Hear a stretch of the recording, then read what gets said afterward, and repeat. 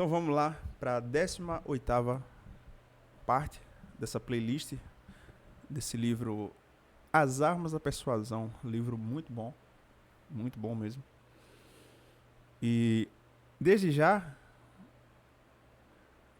lhe digo, se inscreva no canal, deixe o seu like e até mesmo para você acompanhar essa saga dessa leitura livre, humanizada, não é aquela leitura robótica que você até perde às vezes a vontade de ouvir, mas deixo também aqui esse espaço com o conteúdo do livro, caso você queira ler separadamente ou sem a narração, no caso. Dá para você ler tranquilamente aqui, só colocar em pause e ir lendo. Até deixei o espaço aqui maior essas últimas gravações. Mas, sem mais delongas, bora lá. Moro no Arizona, onde é comum haver piscinas nos quintais das casas. Infelizmente, todos os anos, várias crianças se afogam ao cair numa piscina sem nenhum adulto por perto. Eu estava determinado, portanto, a ensinar meu filho Chris a nadar desde uma idade bem precoce. Ele adorava a água, mas não entrava na piscina sem borda, sem sua boia inflável. Por mais que eu tentasse persuadi-lo, após 2 meses sem chegar a lugar nenhum, contratei um aluno meu de pós-graduação. Apesar da sua experiência como salva-vidas e professor de natação, ele falhou tanto quanto eu. Não conseguiu persuadir Chris a tentar uma braçada sequer fora de seu anel de plástico.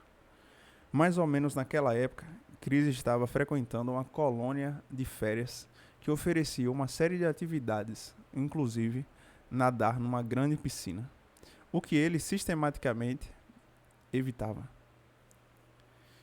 Um dia, pouco depois das tentativas com o estudante de pós-graduação, fui apanhar Chris na colônia e, boquiaberto, observei-o correndo para o trampolim e mergulhando na parte mais funda da piscina. Em pânico, comecei a tirar os sapatos para ir salvá-lo. Quando o vi emergir e nadar com segurança até a beira da piscina, para onde corri com os sapatos na mão. Chris, você sabe nadar? Exclamei empolgado. Sim, respondeu ele com naturalidade. Aprendi hoje. Que ótimo, balbuciei, gesticulando para transmitir meu entusiasmo. Mas por que não precisou de boia hoje? Bem, tenho 3 anos e o Tommy também. E ele nada sem boia, então eu também posso nadar.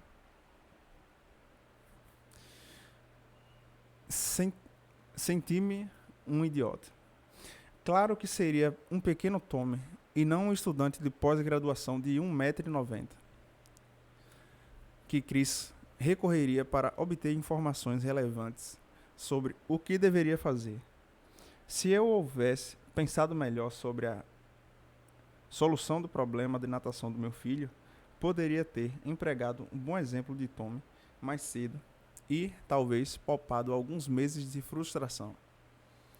Poderia ter notado na colônia de férias que Tommy sabia nadar e depois, combinado com seus pais, que os meninos passassem uma tarde brincando na piscina da minha casa.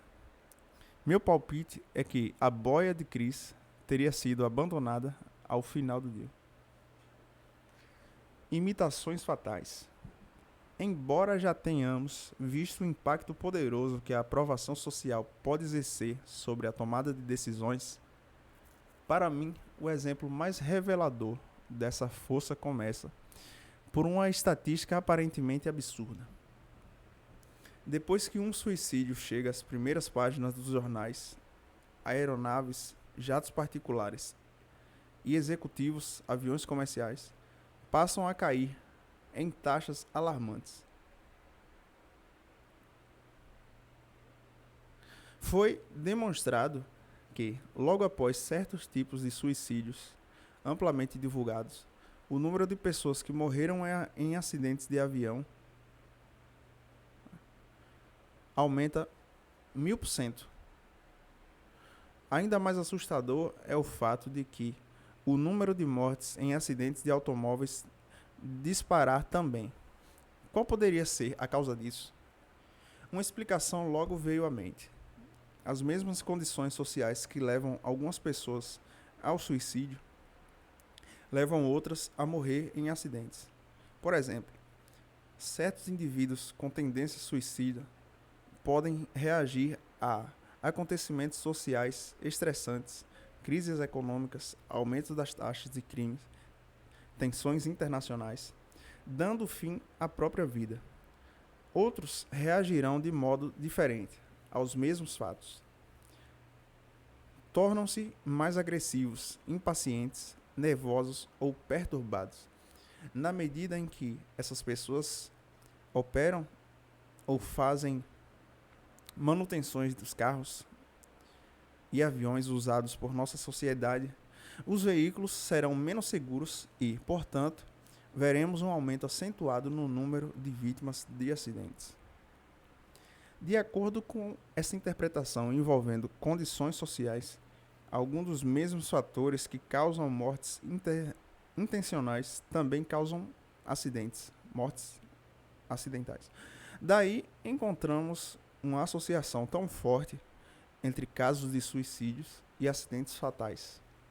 Outra estatística fascinante indica que essa não é uma explicação correta. Os acidentes fatais aumentam de forma drástica apenas naquelas regiões onde o suicídio foi altamente divulgado. Outros lugares sob condições sociais similares, nos quais os jornais não divulgaram o caso, não exibem dados semelhantes. Além disso, naquelas áreas onde o suicídio foi noticiado, quanto maior a publicidade, maior o aumento nos acidentes subsequentes. Portanto, não é um conjunto de acontecimentos sociais em comum que estimula, por um lado, e acidentes fatais por um outro lado. Em vez disso, é a própria divulgação do caso de suicídio que conduz a desastres de carros e aviões. Para explicar a forte associação entre a publicidade de casos de suicídio e os desastres que se seguem, tem-se recorrido ao luto. Segundo esse argumento, como os suicídios mais noticiados geralmente envolvem figuras públicas conhecidas e respeitadas, talvez suas mortes deixem muitas pessoas em estado de choque e tristeza. Abaladas e preocupadas, elas se descuidam com os carros e aviões. A consequência é o aumento acentuado de acidentes mortais após os casos de suicídio mais notórios. Embora possa explicar a ligação entre o grau de publicidade e as mortes subsequentes em acidentes, quanto mais pessoas ficam sabendo do suicídio, maior será o número de pessoas enlutadas e descuidadas. A teoria do luto não consegue dar conta de outro fato surpreendente. Matérias de jornais sobre vítimas de suicídio que morreram sozinhas produzem um aumento na frequência de acidentes com uma única vítima, ao passo que relatos de incidentes envolvendo assassinatos mais suicídio produzem um aumento nos desastres com várias vítimas. O luto não apenas poderia produzir esse padrão. A influência dos casos de suicídio sobre acidentes de carros e aviões, portanto, é incrivelmente específica. Histórias de suicídios solitários geram desastres em que somente uma pessoa morre. Os casos de homicídio com suicídio geram desastres com várias mortes. Se nem as condições sociais, nem o luto conseguem explicar esse conjunto desconcertante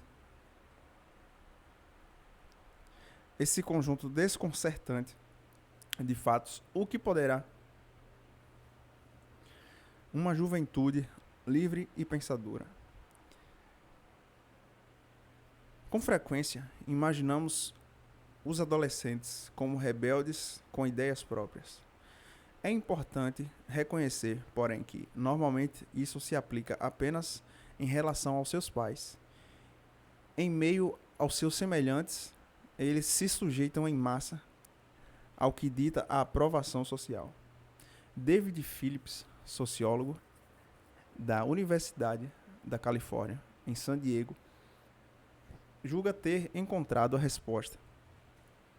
Ele aponta para o chamado efeito Werther.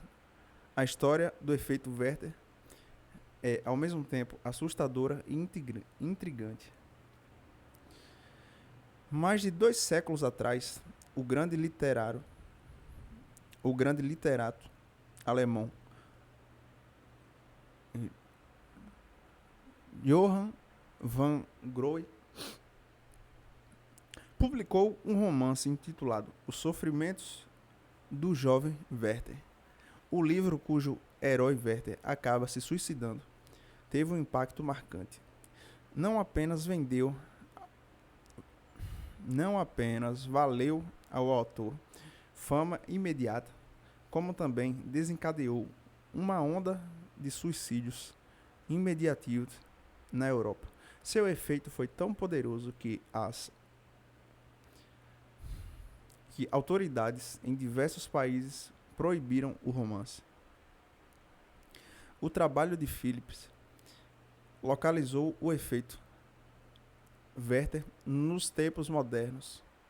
Sua pesquisa demonstrou que, logo após um caso de suicídio que chega às manchetes dos jornais, a taxa de suicídio aumenta substancialmente naquelas áreas onde a história foi mais divulgada. Segundo o sociólogo, certas pessoas perturbadas, ao lerem sobre indivíduos que tiraram a própria vida, se matam em imitação. Um exemplo mórbido do princípio da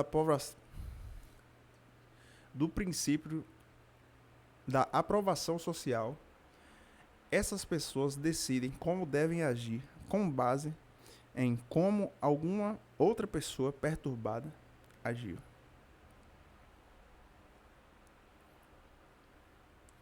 Phillips obteve seus indícios do efeito Werther no mundo moderno, examinando as estatísticas de suicídios nos Estados Unidos entre 1947 e 1968. Ele descobriu que, durante 2 meses após cada caso de suicídio, que saía nas primeiras páginas dos jornais, em média 58 pessoas, a mais do que o normal, se suicidavam. Em certo sentido, cada caso matava 58 pessoas que normalmente continuariam vivas. Phillips também notou que essa tendência de suicídios gerarem novos suicídios ocorria sobretudo em regiões do país onde o primeiro caso havia sido altamente divulgado. Ele observou que, quanto maior a publicidade dada ao primeiro suicídio, maior o número de casos posteriormente.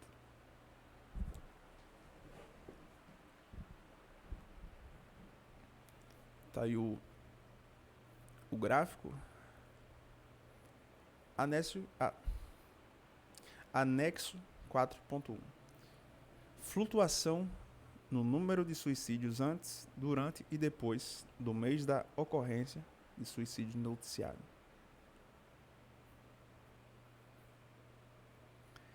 Os dados suscitam uma importante questão ética. Os suicídios que sucedem essas ocorrências são mortes adicionais.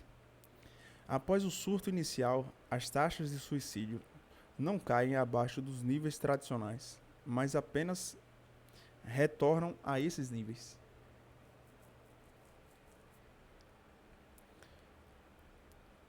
Estatísticas como esta devem dar o que pensar aos editores de jornais inclinados a matérias sensacionalistas sobre o assunto, já que estes relatos devem levar à morte de dezenas de pessoas. Os dados mais recentes indicam que, além dos editores de jornais, os executivos da TV também têm motivos de preocupação com os efeitos das matérias sobre suicídio que veicularam. Quer figurem em postagens, programas informativos ou filmes de ficção, esses casos criam um acúmulo imediato de suicídios, sendo os adolescentes impressionáveis e dados à imitação as vítimas mais frequentes. Se os fatos em torno do efeito Werther lhe parecem estranhamente semelhantes àqueles em torno da influência dos casos de suicídio sobre as mortes em acidentes aéreos e de trânsito, essas semelhanças tampouco passaram despercebidas a Phillips. De fato, ele argumenta que todas as mortes a mais após um incidente de suicídio muito divulgado podem ser explicadas pelo mesmo fator: imitação. Após saberem de um suicídio, um número grande de pessoas decide que esta é uma atitude apropriada para elas também. Alguns desses indivíduos então partem para a ação de forma direta, fazendo saltar a taxa de suicídios. Outros, porém, são menos diretos. Por alguma razão, proteger sua reputação, poupar suas famílias da vergonha e da dor, permitir que seus dependentes se beneficiem do seguro de vida. Eles não querem dar a entender que se mataram. Preferem passar a impressão de que morreram por acidente. Assim, de forma proposital, mas furtiva, provocam um acidente envolvendo o carro ou o avião que estejam conduzindo ou no qual estejam viajando. Para isso, recorrem a várias maneiras bastante conhecidas.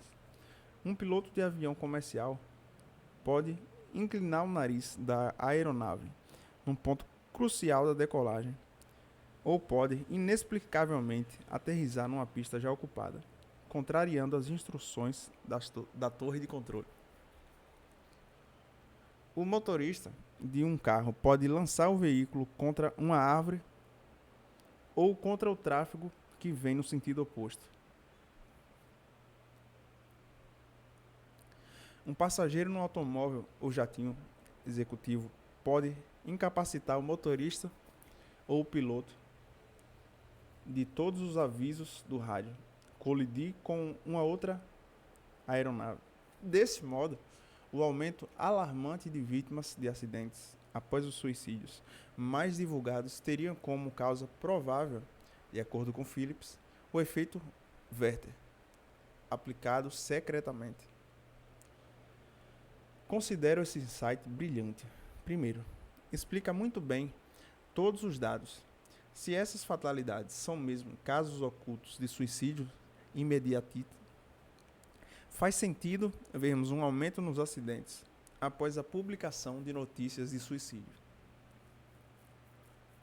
Faz sentido que o aumento maior nos acidentes deva ocorrer após os episódios mais divulgados e que, portanto, atingiram o maior público. Também faz sentido que o número de acidentes deva aumentar substancialmente apenas nas áreas geográficas onde os casos de suicídio foram noticiados. Faz até sentido que suicídios com uma pessoa só levem a acidentes com uma única vítima, ao passo que incidentes de suicídio com várias pessoas levem a acidentes com várias vítimas.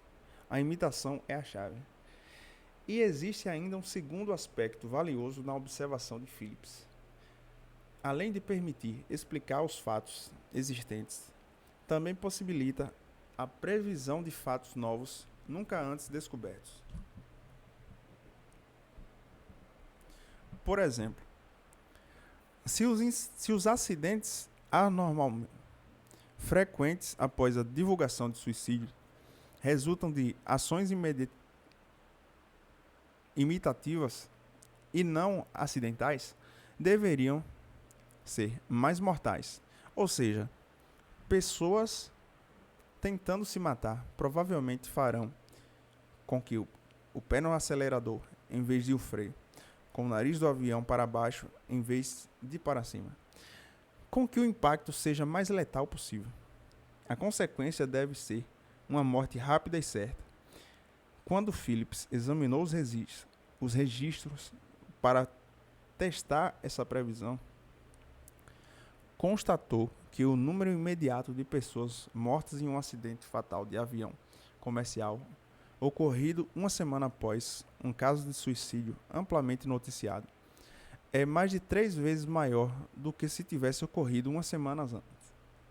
Um fenômeno semelhante pode ser encontrado nas estatísticas de trânsito, que apresentam indícios da eficiência mortal dos desastres de carro após casos de suicídio.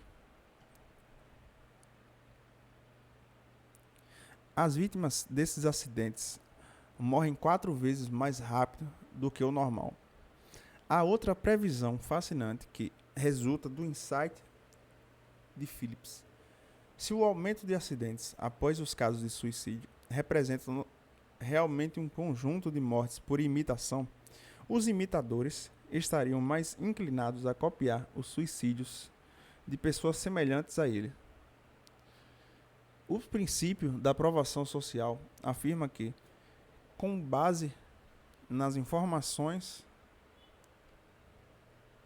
sobre a forma como os outros se comportaram, definimos a conduta apropriada para nós.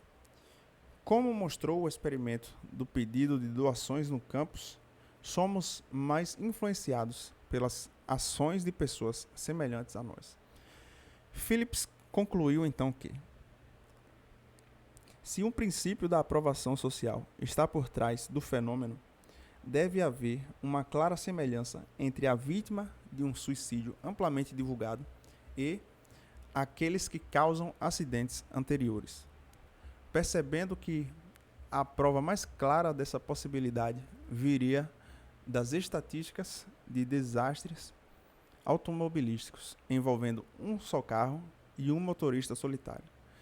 Phillips comparou a idade da vítima da ocorrência de suicídio com as idades dos motoristas solitários mortos em acidentes com um só carro logo após o caso aparecer nos jornais. Mais uma vez, os prognósticos foram de uma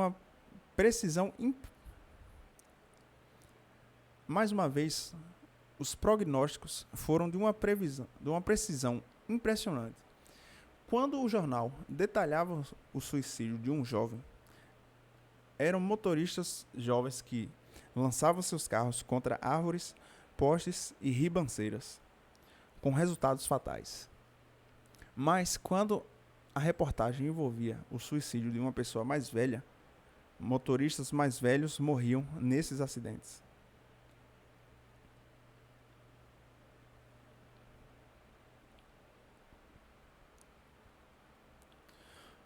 Como mostram esses gráficos, o maior perigo existe 3 a 4 dias depois da publicação da reportagem.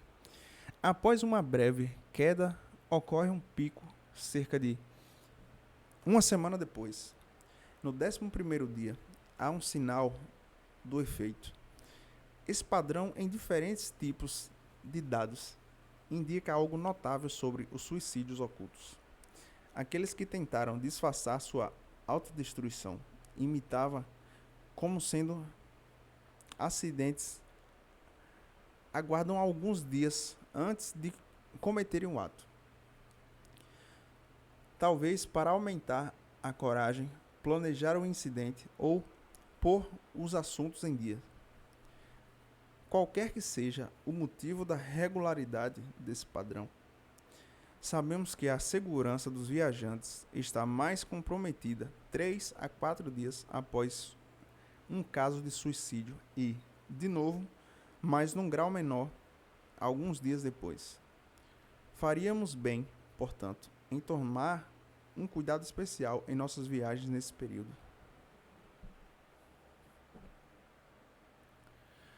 A última estatística é o argumento conclusivo para mim. O princípio da aprovação social é tão generalizado e poderoso que seu domínio se estende para a decisão fundamental de vida ou morte.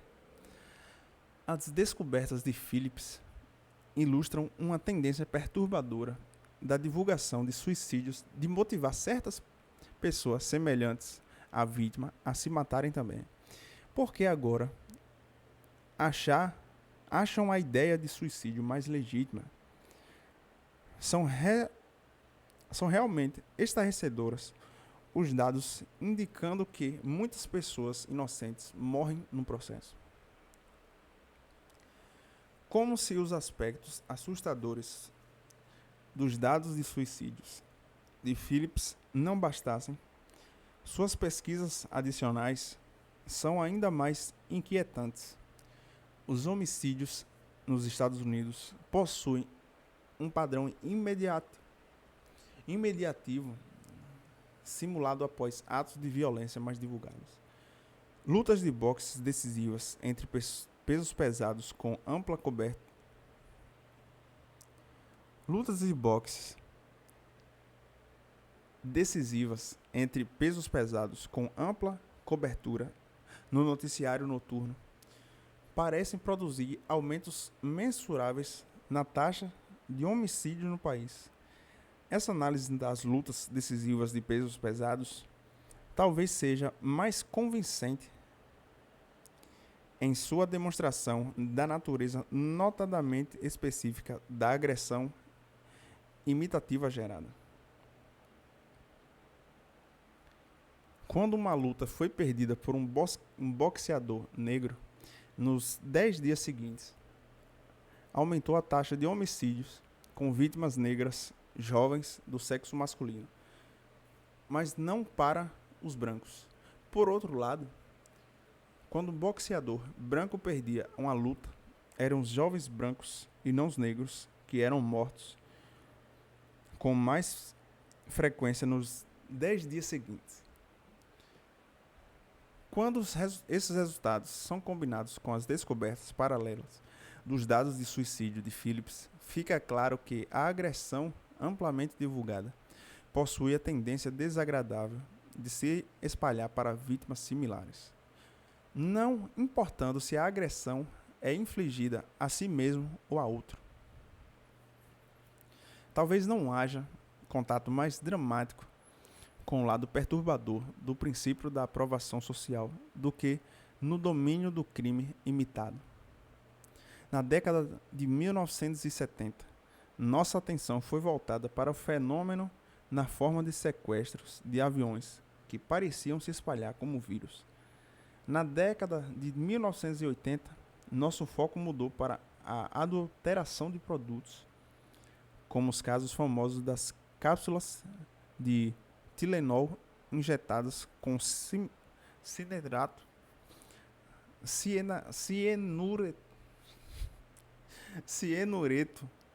e as comidas para bebê misturadas com vidro.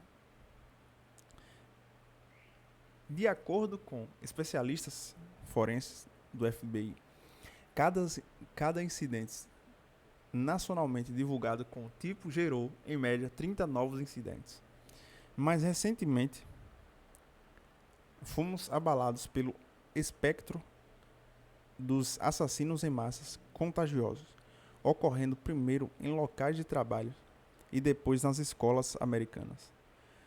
Logo após o ataque violento de 2 alunos do ensino médio de Litero, Colorado, em 20 de abril de 1999, a polícia reagiu a dezenas de ameaças, tramas e tentativas semelhantes por parte de estudantes desequilibrados.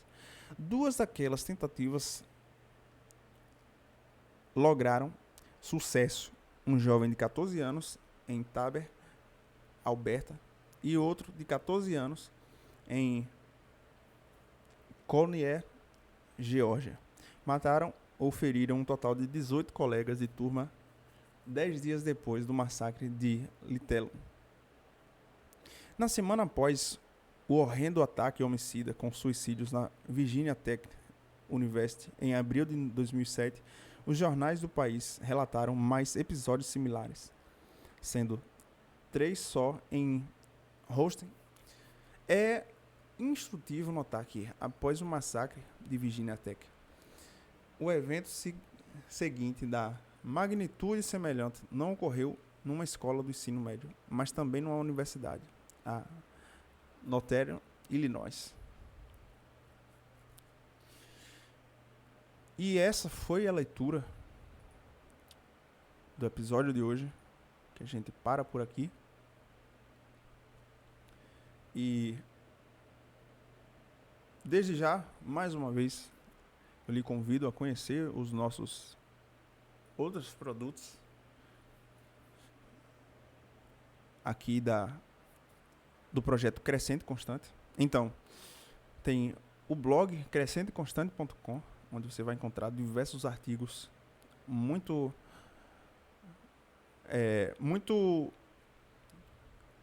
interessantes e que envolvem esse mundo do desenvolvimento pessoal, da evolução pessoal e por aí vai.